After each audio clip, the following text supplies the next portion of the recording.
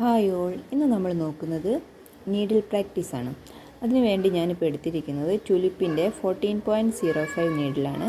നമ്മളെപ്പോഴും ഈ നീഡിലുകൊണ്ട് ചെയ്യുന്ന സമയത്ത് നമ്മൾ സ്ട്രെയിറ്റ് ആയിട്ട് വേണം ക്ലോത്തിലേക്ക് കുത്തിയിറക്കാൻ വേണ്ടിയിട്ട്.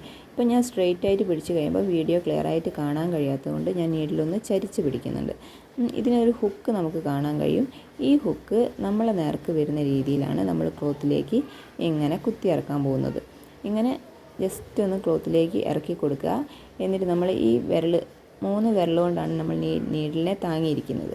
ഈ അപ്പം വിരലാണ് നമ്മൾ റൊട്ടേറ്റ് ചെയ്യാനായിട്ട് ഉപയോഗിക്കുന്നത്. എന്നപ്പോൾ ഇപ്പോൾ ഈ ക്ലോത്ത് ഇങ്ങനെ നമ്മളെ നേർക്ക് ഹുക്ക് വെച്ചിട്ട് ഒന്ന് താത്തി കൊടുത്തിട്ട് ഈ അപ്പം വിരൽ ഒന്ന് പൊക്കുന്ന ടൈമിൽ ബാക്കിലേക്കൊന്ന് റൊട്ടേറ്റ് ചെയ്ത് കൊടുക്കുക. അപ്പോൾ നമ്മളെ ക്ലോത്തിൽ നിന്ന് നീഡിൽ വിട്ടുപോരും. ഇതുപോലെ ഇങ്ങനെ കുത്തിയിറക്കുക, ഒന്ന് പൊക്കുക, ഒന്ന് റൊട്ടേറ്റ് ചെയ്യുക.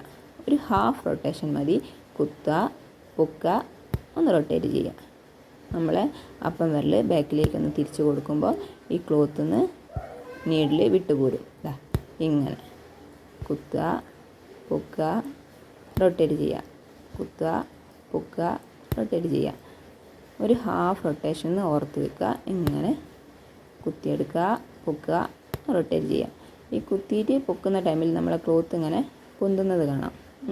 ആ ടൈമിലാണ് നമ്മളൊന്ന് റൊട്ടേറ്റ് ചെയ്ത് കൊടുക്കേണ്ടത്. ഇങ്ങനെ പൊക്കുക, റൊട്ടേറ്റ് ചെയ്യുക.